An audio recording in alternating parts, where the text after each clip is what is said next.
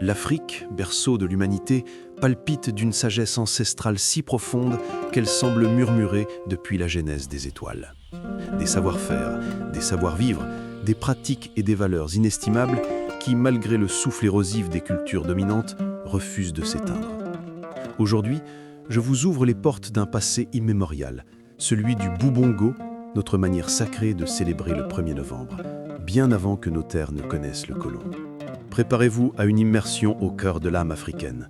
N'oubliez pas de vous abonner à notre chaîne, gardienne de ces récits, ces valeurs, ces cultes qui inspirent, éduquent et enchantent. Le Bubongo, ce n'est pas qu'un mot, c'est un pont entre les mondes, un rite d'une puissance insoupçonnée. Sous une lune pleine, ronde et jaune comme l'œil d'un léopard ancestral, la forêt du Tchouapa exhalait ses murmures les plus profonds. Une vapeur tiède s'élevait de la terre rouge, lourde de l'odeur des feuilles mûries et du fleuve, portant avec elle l'écho des âges. Le village Ekonda, habituellement bercé par le chant des grenouilles, bruissait ce soir-là d'une tension sacrée, de veilleurs silencieux. Les cases rondes coiffées de palmes évoquaient des crânes de géants endormis, gardant en leur centre le Bubongo, la reine sacrée. Des torches de résine crépitaient, projetant des ombres dansantes, tandis que l'air charriait les effluves du miel fermenté, de la sueur rituelle et du sang séché d'un poulet sacrificiel. C'était Mpeke, la griotte aux 73 hivers, son visage sillonné comme une carte des histoires passées. Son œil droit, voilé par l'âge, semblait avoir concentré toute la lumière dans le gauche, doté d'une vision qui perçait les voiles les plus épais, reliant le monde palpable des vivants à l'éther des défunts. Ce soir, sa voix n'était pas un simple conte, c'était un chant d'appel, une corde tendue entre les rives guidant les âmes égarées. Il y a 3 lunes, Mama Lofaka, la vénérable doyenne de 89 ans, s'était éteinte. Avec elle semblait s'être éteint le chant des jumeaux perdus, un savoir ancestral que seule elle détenait. Son corps, enveloppé d'écorces battues, fut confié à la pirogue, puis abandonné au courant du Tchouapa. Pourtant, son esprit n'avait pas suivi l'eau. Il tournait, prisonnier, tel un poisson dans un tourbillon invisible. Ce soir, la communauté se préparait à le libérer. Ce soir, le Bubongo serait dansé, non pour pleurer la mort, mais pour accompagner la naissance de l'âme dans l'au-delà. La famille de Mama Lofaka arriva, menée par Bozeki, le fils aîné, un homme de 45 ans, le torse nu marqué des cicatrices en croissant d'un chasseur aguerri. Il portait la lance de son père, un héritage lourd de responsabilités. Derrière lui avançait Néné, son épouse, son ventre rond, témoignant de 6 mois de vie nouvelle. Elle était drapée d'un pagne indigo, la couleur du deuil et de la profondeur de l'océan. Les enfants suivaient, Lobi, 12 ans, Mata, 10 ans, et les jumeaux, Koussou et Koussa, âgés de 7 ans. Nés après la mort de leur grand frère mort-né, les jumeaux étaient considérés comme sacrés, porteurs de 2 âmes en un seul corps, et ce soir, ils seraient les passages, les ponts entre les mondes. Les tambours commencèrent leur dialogue subtil. Le lokolé grave, la voix de la terre, résonnait profondément. Le goma aigu répondait, tel le chant des oiseaux. Puis le Bubongo lui-même, tambour creux taillé dans un tronc de fromager, se manifesta, voix des ancêtres. Le rythme était lent, une pulsation toutes les 3 respirations, comme un cœur hésitant à renaître. Les femmes formèrent un cercle, tenant des calebasses remplies de vin de palme. Les hommes brandissaient des lances et des haches de parade. Les enfants portaient des colliers de kori. Tous chantaient, mais d'une voix encore contenue. C'était le nondjé, le murmure des vivants aux morts. Mama Lofaka, tu as mangé la terre, tu as bu le ciel. Reviens une dernière fois pour nous dire ton nom véritable. Soudain, le cri perçant d'un hibou transperça la nuit.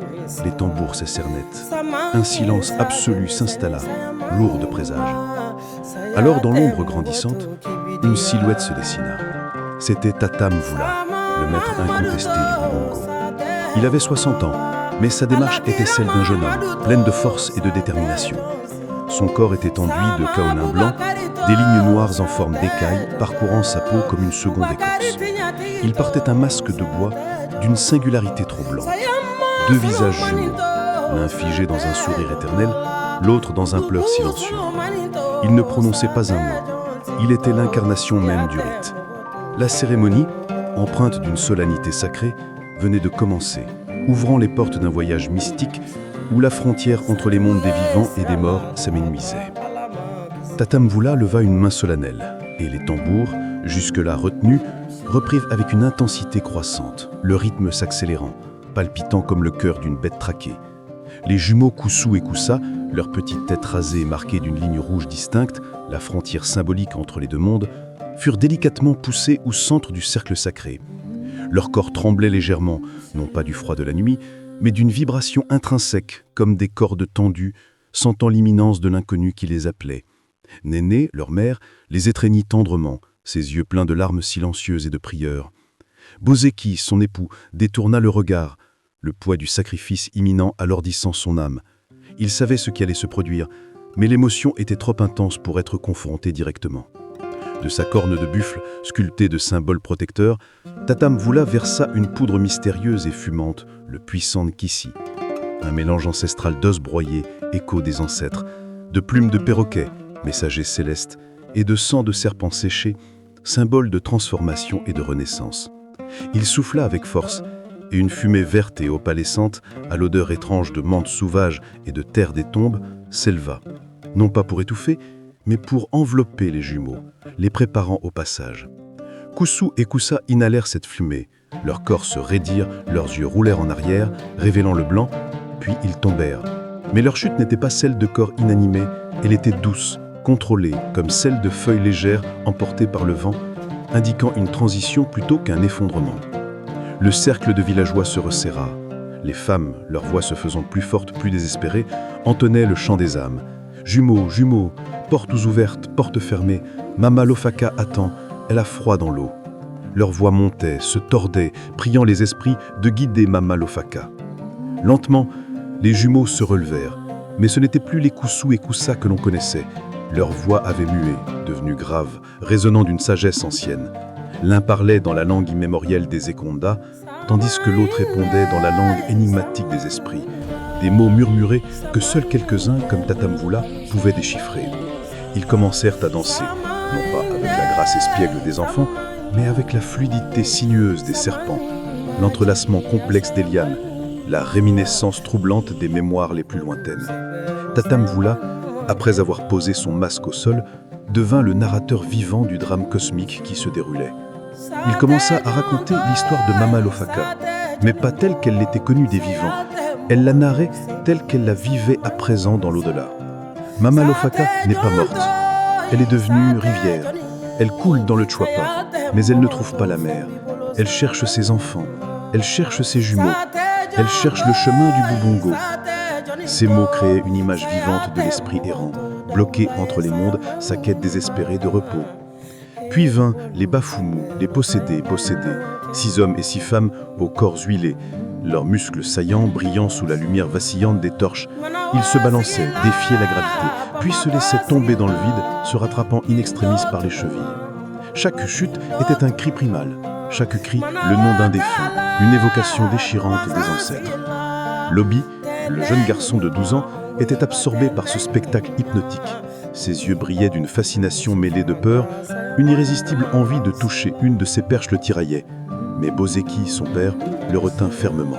« Pas encore, Lobi, tu n'es pas prêt. » Pourtant, Lobi avait déjà vu dans la fumée verte tourbillonnante d'une Nkisi l'image fugace de sa grand-mère, nageant à contre-courant dans la rivière éternelle, versant des larmes de poisson, un symbole déchirant de son errance. Cette vision le marqua profondément, le préparant inconsciemment à la suite du rite. Les tambours se mirent à un nouveau rythme, le kotélé, un galop puissant et enivrant, évoquant la course effrénée d'un buffle dans la savane.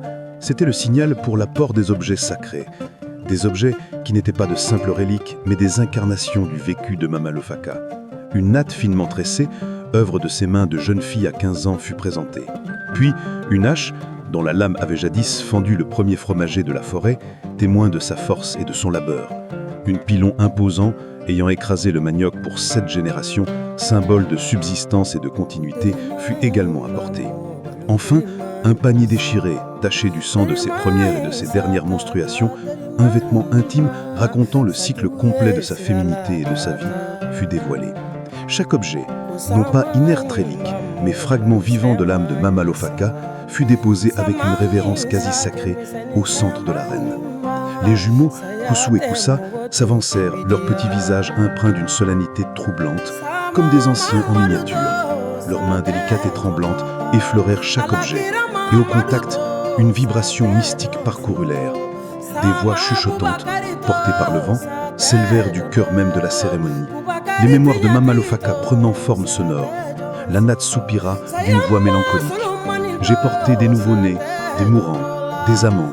J'ai été le témoin silencieux de la vie et de la mort, des joies et des peines de ma maîtresse, enveloppant chaque étape de son existence. La hache, au contact des jumeaux, gronda d'une puissance contenue. J'ai ouvert la forêt, fendant les arbres avec détermination, mais je n'ai pas réussi à ouvrir le cœur de ma maîtresse à tous les désirs qu'elle n'a pu exprimer. Le pilon frappa le sol avec une résonance sourde. J'ai nourri tant de bouches, assurant la survie de générations, mais ma force n'a pas pu la sauver de l'ultime voyage, ni retenir son esprit. Autour de ces objets, La nuit avait atteint son zénith, son cœur le plus profond. Les torches, jadis vives, faiblissaient désormais, leurs flammes vacillantes projetant des ombres gigantesques et déformées sur les arbres et les parois des cases. Ces ombres ne restaient pas statiques, elles s'animaient, se tordaient, devenant des personnages fantomatiques dans la toile du rituel. Du linceul d'obscurité, deux ombres colossales se détachèrent des troncs massifs des fromagers, des figures primordiales projetées sur le voile de la nuit. L'une, l'esprit indompté de Mama Lofaka jeune, ses tresses en spirale défiant le vent, sa silhouette vibrante de la fougue et de la fierté d'une guerrière. L'autre, l'âme de Mama Lofaka âgée, son dos voûté par le poids des récoltes et des deuils, ses yeux autrefois brillants, éteints par le lent passage des saisons, image de sagesse patiente et de fragilité résignée. Elles se firent face, non pas avec des armes de chair et d'acier, mais avec le pouvoir immatériel des mémoires, des regrets et des désirs inassouvis. La jeune Lofaka, son ombre vibrant d'une colère ancienne, lança une accusation poignante, sa voix un écho spectral dans l'obscurité. « Tu m'as volé ma vie, tu as épousé l'homme que je ne voulais pas, tu as enterré mes rêves sous le poids de tes devoirs. » Son reproche résonnait comme un cri de rébellion éternelle. La vieille Lofaka, son ombre imprégnée d'une tristesse profonde et d'une résignation amère, répondit avec une lassitude infinie. « Tu m'as volé ma mort. Tu as refusé de grandir. Tu t'es accroché à l'éphémère, me privant du repos éternel. » Sa voix portait le fardeau d'une vie de sacrifice et de choix imposés. Autour de ces deux ombres spectrales, les Baphoumous, les acrobates possédés, s'étaient transformés en armes vivantes, les extensions de cette bataille intérieure. Un acrobate s'élança, sautant avec une agilité incroyable au-dessus de l'ombre de la jeune Lofaka, comme une flèche lancée par la fureur. Un autre rampa avec une discrétion féline sous la vieille Lofaka, symbole des regrets insidieux qui minent l'âme. Au centre de ce tumulte silencieux, les jumeaux Koussou et Koussa, leurs petites mains agrippées à une corde de liane, la tendirent avec une force inattendue. Les deux ombres, prises au piège de cette entrave symbolique, trébuchèrent. Elles tombèrent l'une sur l'autre, et dans un mouvement d'une beauté tragique et inévitable, elles fusionnèrent. Il ne restait plus qu'une seule silhouette, une entité à la fois jeune et vieille, mi-ombre, mi-lumière. Elle éclata d'un rire débridé qui se transforma instantanément en pleurs déchirants, puis en un chant spectral et poignant. « Je suis l'une et l'autre. Je suis la rivière et la rive. Je suis la graine et l'arbre. Je suis le début et la fin, le passé et le futur, indissociable et éternel. » Elle était l'incarnation de la réconciliation des contraires, de la vie et de la mort, de la jeunesse et de la vieillesse, toutes les facettes de Mama Lofaka unies. C'est à ce moment précis que Boseki, le fils, s'avança enfin, son visage marqué par une émotion profonde qu'il avait si longtemps réprimée. Il posa sa lance, non pas comme une arme, mais comme un testament de sa virilité et de sa protection sur la terre sacrée. Un geste d'abandon sincère et d'humilité profonde devant le mystère de la vie et de la mort. Pour la première fois depuis la mort de sa mère, il parla, sa voix empreinte d'une vérité nouvelle. « Mère, je t'ai cherché dans la chasse, dans la force du gibier que j'abattais, dans le manioc que je cultivais pour ma famille, dans le sang de mes enfants, symbole de la continuité de notre lignée. Je ne t'ai pas trouvé, parce que tu étais déjà en moi, dans le battement de mon cœur, dans la sagesse que tu m'as transmise, dans chaque parcelle de mon être. L'ombre fusionnée de Mama Lofaka se tourna lentement vers lui, une tendresse infinie émanant d'elle. Elle tendit une main spectrale et toucha son visage, laissant une trace de kaolin blanc sur sa joue, une marque sacrée de reconnaissance et de pardon. Puis elle prononça d'une voix qui résonnait dans les profondeurs de son âme. « Alors danse, mon fils, danse jusqu'à ce que je sois libre, jusqu'à ce que mon esprit trouve son repos définitif et que tu trouves le tien dans cette libération. » Le rituel de deuil se transformait en un appel à la célébration de la vie, de la mémoire et de l'héritage. Les tambours s'élevèrent de nouveau, mais cette fois-ci avec une fureur orchestrée. Un rythme implacable qui pulsait comme le son pur et chaud dans les veines du bobongo, la vie elle-même. L'air vibrait d'une énergie primale. Le sol résonnait sous les pieds, le cœur de la forêt semblait battre à l'unisson. Les bafoumus, au corps maintenant sculpté par l'effort et la transe, commencèrent à former une pyramide humaine d'une complexité époustouflante. 3 niveaux de force et d'équilibre. Au sommet de cette structure vivante, défiant les lois du corps, trônait Tatamvula, son visage masqué d'une concentration quasi divine. Dans ses mains, un miroir brisé, non pas brisé par accident, mais fragmenté à dessein. Chaque éclat capturant et reflétant un visage distinct du village. Un kaléidoscope d'expressions, de larmes silencieuses en rires libérés. Une mosaïque vibrante d'émotions collectives, le reflet de l'âme du village entier. Les jumeaux Koussou et Koussa, guidés par une force invisible, commencèrent leur ascension. Ils ne grimpaient pas, ils flottaient, leurs pieds effleurant à peine les épaules, puis les têtes des bafoumus, défiant la gravité avec une légèreté surnaturelle. Ils ne tombaient pas, ils volaient, leur corps porté par l'air, par la foi collective et la force des esprits.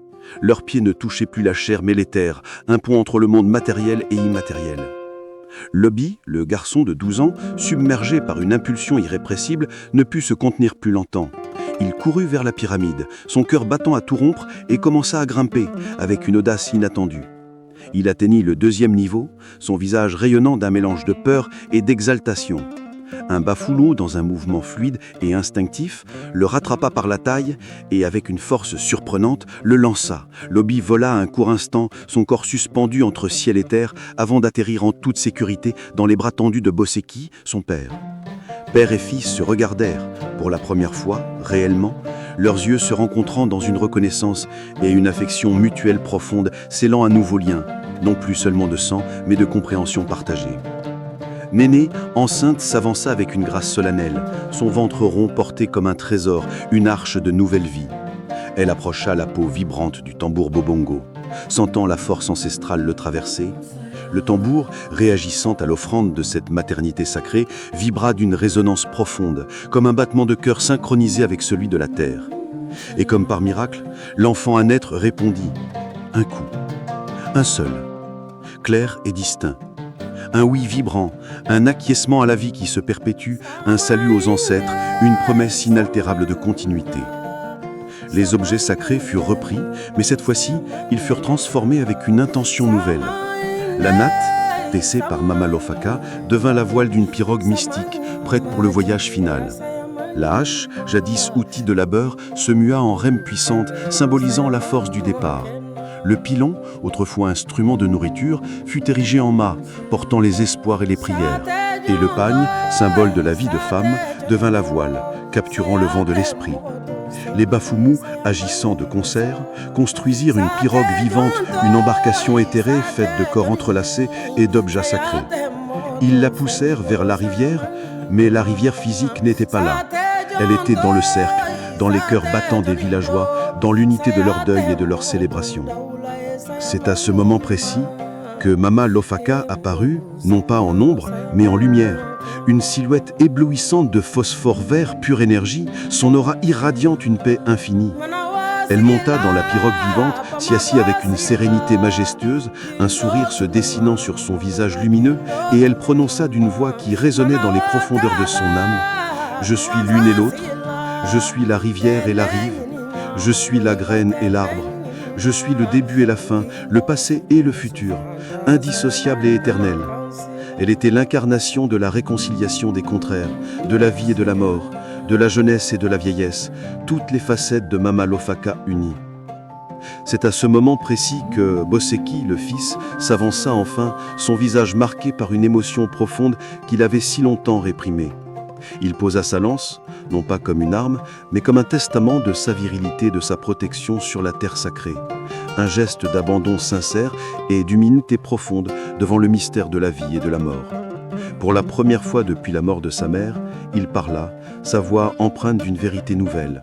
« Mère, je t'ai cherché dans la chasse, dans la force du gibier que j'abattais, dans le manioc que je cultivais pour ma famille, dans le sang de mes enfants, symbole de la continuité de notre lignée.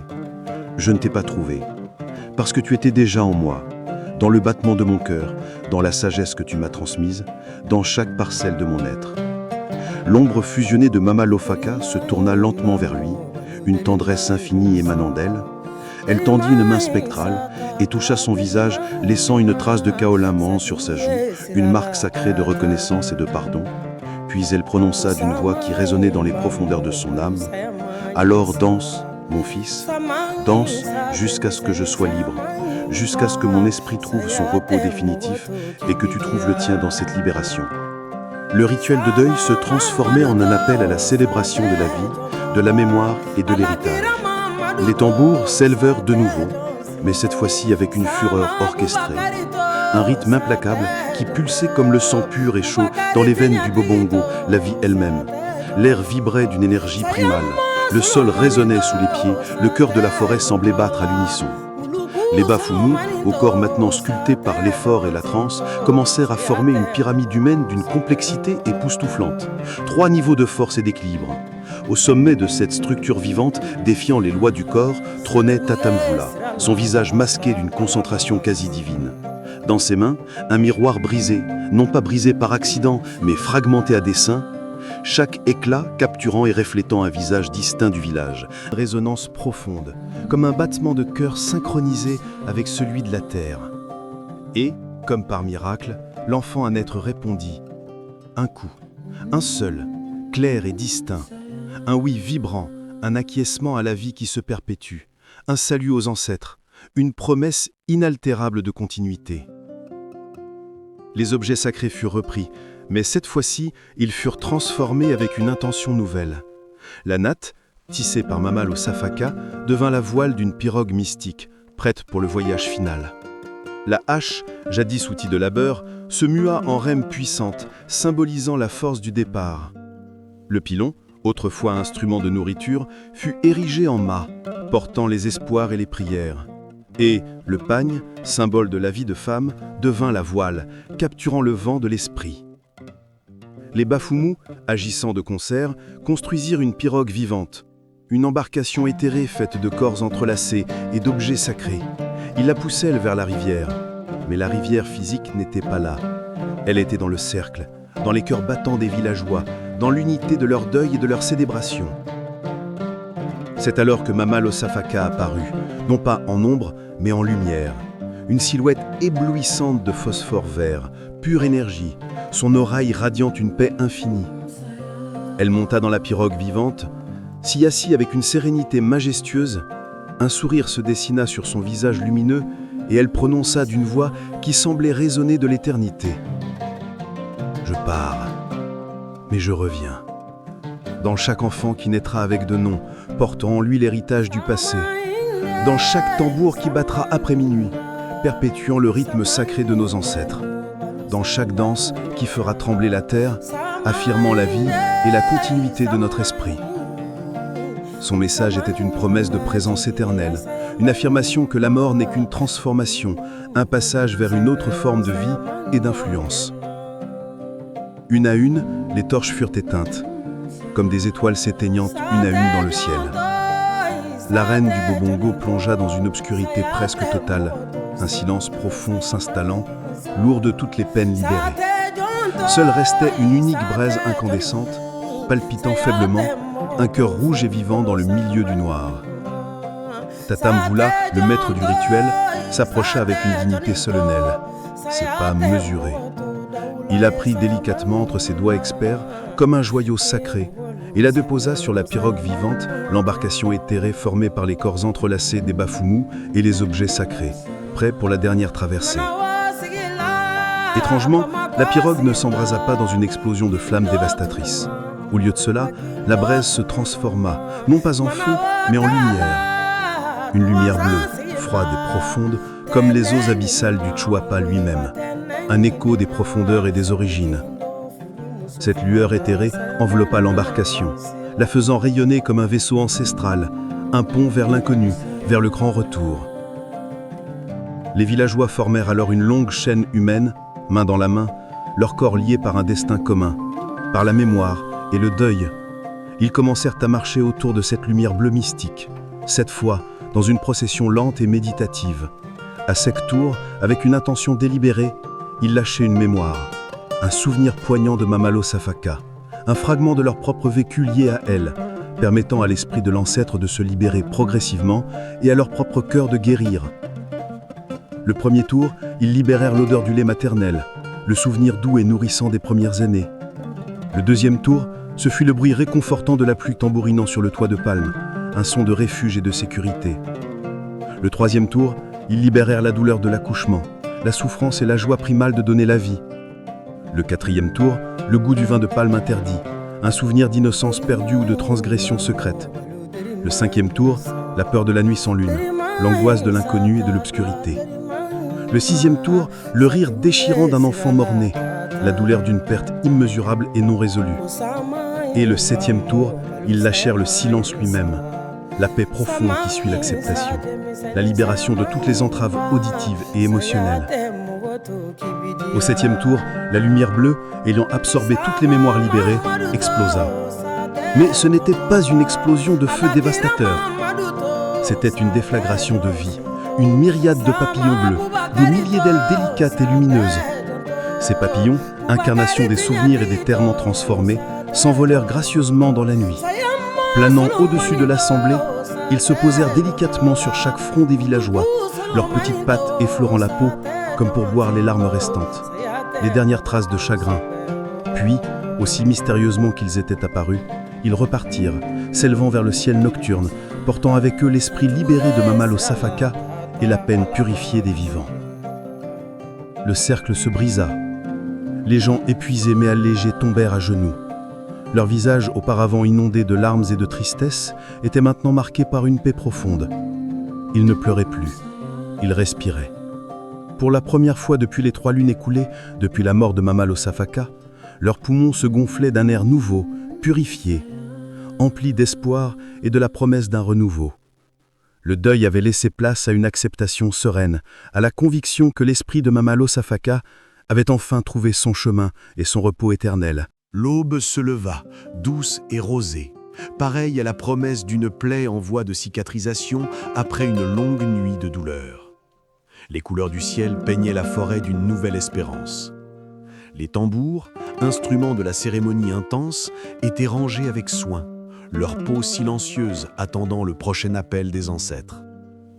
Les masques, visages du rituel, étaient délicatement enveloppés dans des feuilles de bananier, préservées de la lumière du jour.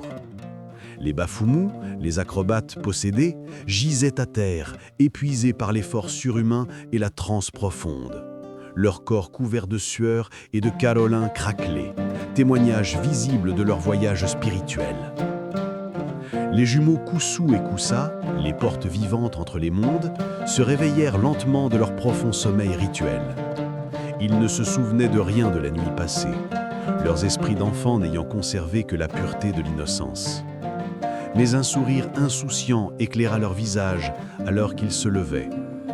Sans un mot, comme tirés par une force invisible, ils coururent vers la rivière Chuapa.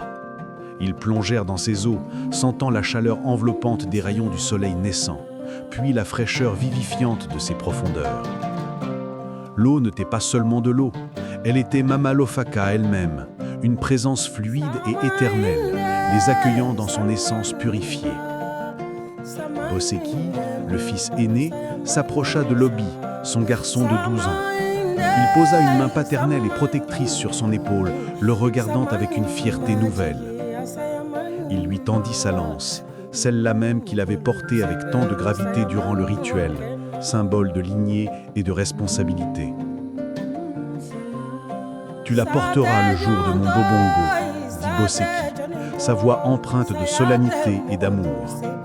Le Bi hocha la tête, les yeux brillants de compréhension et d'une nouvelle maturité. En une seule nuit, il avait grandi de 10 ans, son âme ayant été témoin et participante d'une transformation profonde. 3 jours plus tard, Néné, l'épouse de Boseki, accoucha d'une fille. Elle était petite et parfaite. En l'honneur de l'ancêtre libéré et de la griotte sage, on la nomma Lofaka Mpeke. La petite Lofaka Mpeke ouvrit les yeux, et dans leur profondeur, on retrouva le regard vif et ancien de sa grand-mère, Mama Lofaka. Et dans son premier souffle, il y avait déjà la promesse de la voix de la griotte, Mpeke, celle qui racontait les histoires. Le conte de Mpeke, la griotte, touchait à sa fin. Mais elle savait, avec la sagesse des anciens, que le conte ne finit jamais vraiment. Il se répète éternellement, chaque 1er novembre, jour où les ancêtres reviennent visiter les vivants. Chaque fois qu'un défunt refuse de partir, son esprit s'accrochant au monde matériel. Chaque fois qu'une famille se réunit pour danser, non pas pour pleurer, mais pour se souvenir, pour célébrer le cycle éternel de la vie et de la mort. Le Bobongo n'est pas un simple spectacle pour les vivants. C'est une naissance à l'envers, un rituel de retournement. On ne pleure pas les morts dans l'amertume.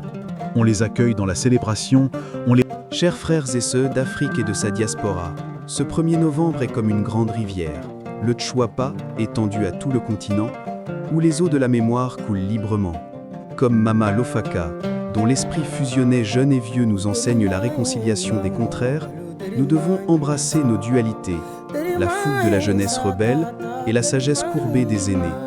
Dans ce rituel immersif, nous voyons nos propres ombres se détacher des fromages géants de nos histoires collectives. L'ombre de Lumumba, défiant les chaînes coloniales, celle de Sankara, semant les graines de l'autonomie, celle de Myriam Makeba, chantant la liberté comme un feu qui nettoie.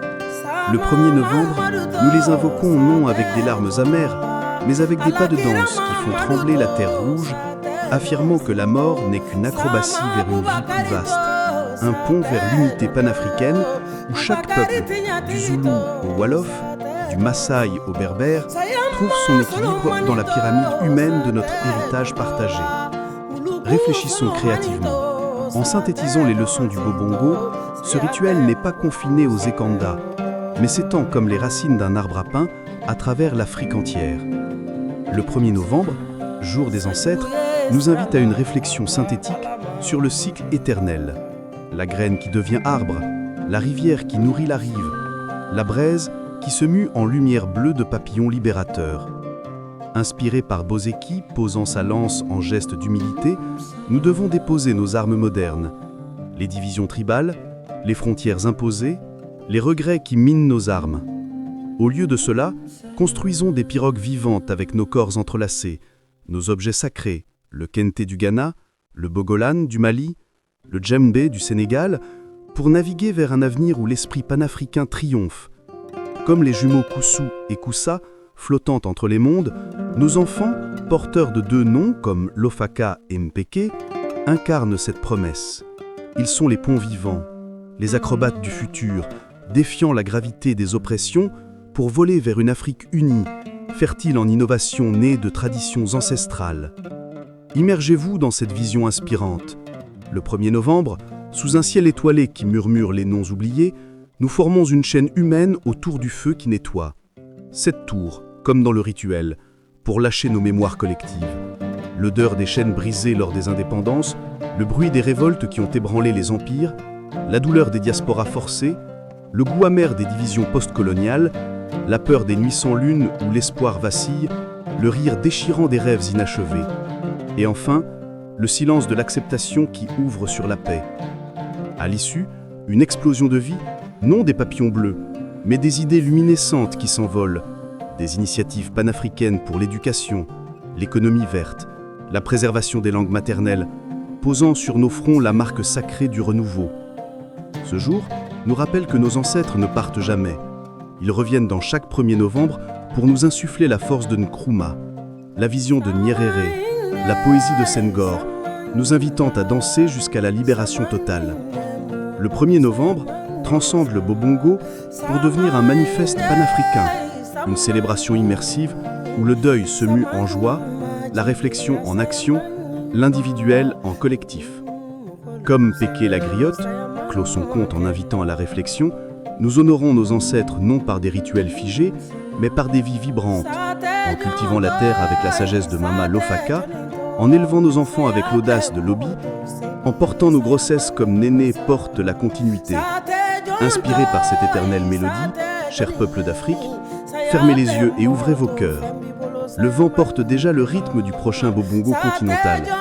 Que ce 1er novembre vous inspire à tisser vos propres traditions, à synthétiser passé et futur en un chant unificateur.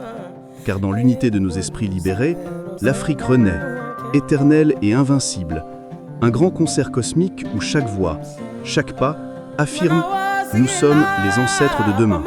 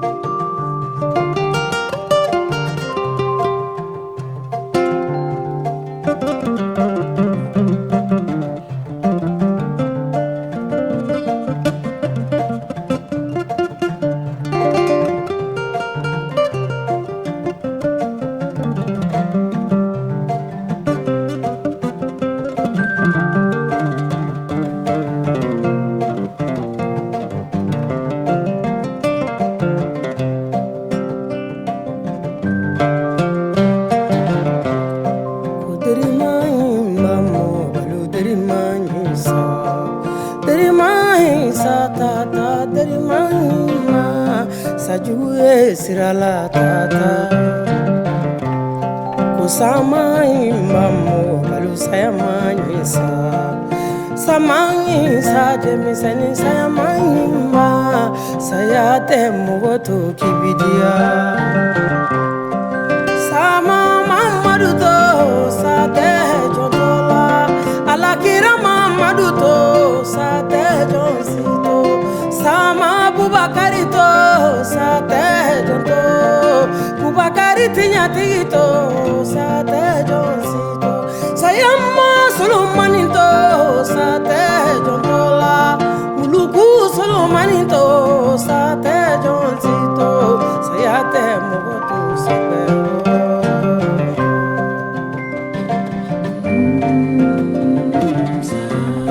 Sajuye sirala tata alama kisi